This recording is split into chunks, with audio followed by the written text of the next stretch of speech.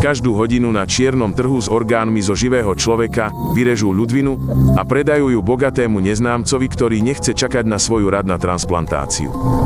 Toto nie je film, je to pravda. Oficiálne je taký obchod zakázaný takmer všade na planéte.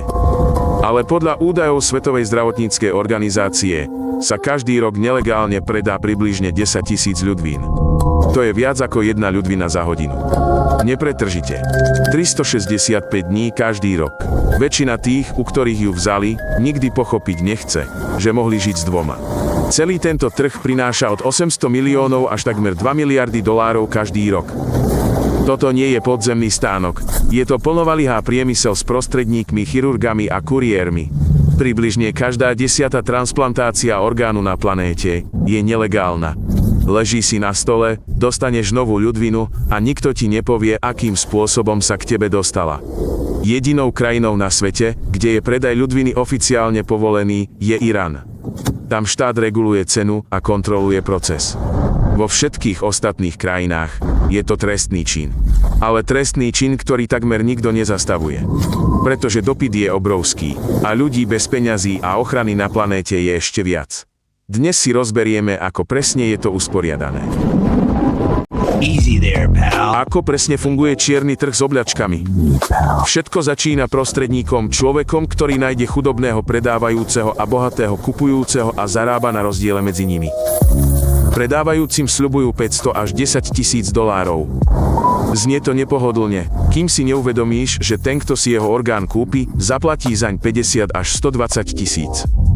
Predávajúcich oklamu. Hovoria, že oblačky opätovne narastú.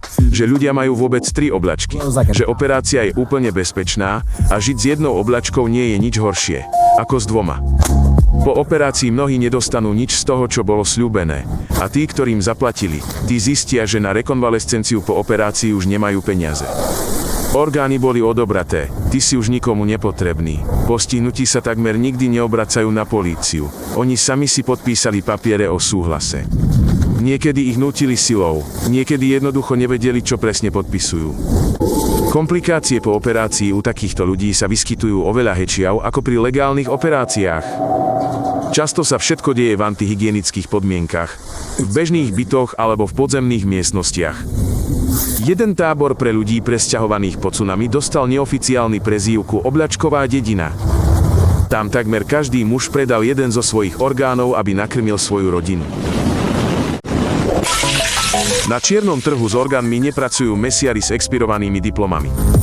Veľmi často to sú práve skutočne kvalifikovaní chirurgovia s oficiálnym zamestnením a bezchybnou reputáciou. Takíto lekári vedú dvojitý život. Cez deň prijímajú pacientov v bežnej nemocnici a potom si sadnú do lietadla a letia do inej krajiny robiť nelegálnu operáciu. Za hotovosť, bez dokumentov. Za jeden takýto výjazd dostane lekár 10 000 dolárov. Niekedy je to viac, ako je jeho plat za celý rok v oficiálnej klinike. Odolať je ťažké, najmä keď šance na zatýkanie sú malé. Práve preto sú takýchto ľudí mimoriadne ťažko chytať. Chirurg priletí, vykoná operáciu, odletí späť a už nasledujúci deň opäť prijíma bežných pacientov. Ako by sa nič nestalo. Keď polícia nakoniec dobehne k takémuto miestu, je tam už prázdno. Len stopy krvi, vyhodené nástroje a ani jedno meno. Všetci, ktorí tam pracovali, dávno sa rozpustili vo vzduchu. V jednom medializovanom prípade chirurg vykonal desiatky nelegálnych operácií po celej Európe. Letel z krajiny do krajiny. Chytili ho až vtedy, keď sa obeťami nakoniec rozhodli povedať. Celý reťazec, to nie je iba chirurg, to sú sprostredkovatelia, ktorí hľadajú darcov. Zamestnanci nemocníc, ktorí zatvárajú oči. Vodiči, colníci a tlmočitelia. Celý skrytý systém. Ako doručia orgán z čierneho trhu kupujúcemu. Viete si predstaviť pancierovaný kufrík a špeciálne lietadlo? V skutočnosti ide zvyčajne o bežnú nádobu na ľad, ako piknikovú. Oblička zostáva životaschopná približne 24 hodín pri správnej teplote. Počas tejto doby ju musí kuriér doručiť cez niekoľko krajín a hraničných priechodov. Orgány sa pašujú ako bežný zdravotnícky materiál, niekedy bez riadnej dokumentácie. Colníci vidia nádobu označenú ako zdravotnícky materiál a často nekontrolujú obsah. Ak orgán nie je vhodný pre príjemcu alebo dorazí neskoro a je nepoužiteľný, jednoducho sa vyhodí. Osoba, ktorej bol odobratý, sa to nikdy nedozvie. Takéto orgány sa ponúkajú na predaj priamo na bežných webových stránkach na otvorenom internete. Platformy tieto reklamy neodstraňujú.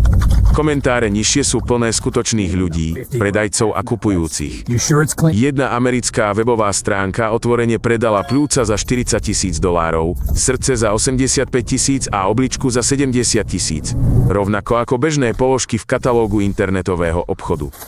Existujú aj obmedzenejšie stránky, ku ktorým bežný človek nemá prístup. Tam sa orgány predávajú vopred. Orgán ešte nebol odobratý, ale platba už bola uhradená. Vhodná osoba sa nájde po prijatí platby. Come on, need a match before. Utečenci sú hlavným cieľom obchodníkov s orgánmi. Po vojnách a katastrofách sa milióny ľudí ocitnú bez peňazí, bez dokladov a bez akejkoľvek ochrany. Sú perfektným cieľom pre náborárov. Práve v utečeneckých táboroch sa takíto ľudia objavujú.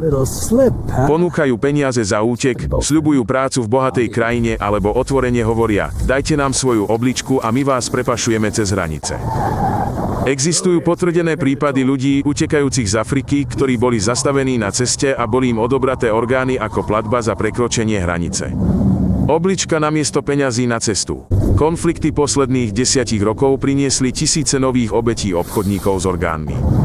Čím viac zúfalých ľudí sa ocitá bez štátnej ochrany, tým viac ponúk sa objavuje na tomto trhu. Obete sa takmer nikdy nehlásia polícii.